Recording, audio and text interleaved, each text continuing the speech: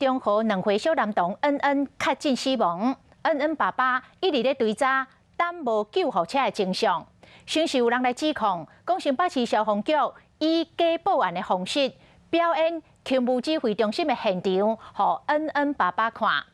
新北市的议员参选人杜冠廷继续来压料，讲有人提供恩恩救护过程的完整记录予伊。讲当天有7个消防值班的人员经手过恩恩的案件，消防局甲卫生单位的怀详的联络拢有录音，但是新北市就是无愿意来提供。伊提出着质疑，这相关的单位是联手来看白，希望市政府会当公布真相，幸福恩恩一家人一个公道。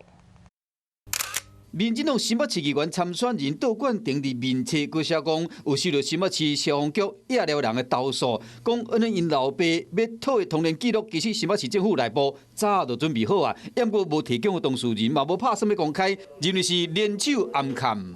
这个吹哨者呢，证实了一件事情，就是新北市政府的卫生局跟消防局之间有完整的通联的记录。那这些通联呢记录以外呢，也有相关的录音，但这些资料呢完全没有提供给恩恩爸，也没有提供给社会大众。毕竟为报案到送医局处之间的联系过程真关键。不过新北消防局讲，因为恩恩因老爸不是对外双方，所以讲无提供。不过杜冠廷伫面册就写讲，救护过程，恩恩因老母暗时6点头一摆报案了，经过差不多半点钟，一直到暗时6点27分，消防局才联络到卫生局。甲因讲，恩恩这个案件甲个人的资料，一直到6点54分，卫生局的分机1865才回电话和勤务中心，讲会使派车。这个过程前后已经用要1点钟的时间啊。勤务中心所有的通话，包含跟卫生局、卫生所，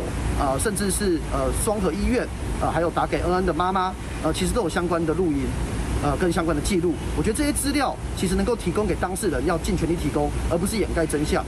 因为有恩恩的案例，确诊送医才放宽规定，一条小性命的消息，互人真唔甘。做家长的只是想要知影真相尔，不过新北市政府确实无提供全部资料，这要安怎互当事人心服口服？我是陈雅玲，想要跟我一起从零掌握天下事吗？赶紧按下华视新闻 YouTube 频道的订阅按钮，开启小铃铛，跟我一起探讨公共议题，给您最专业的华视新闻。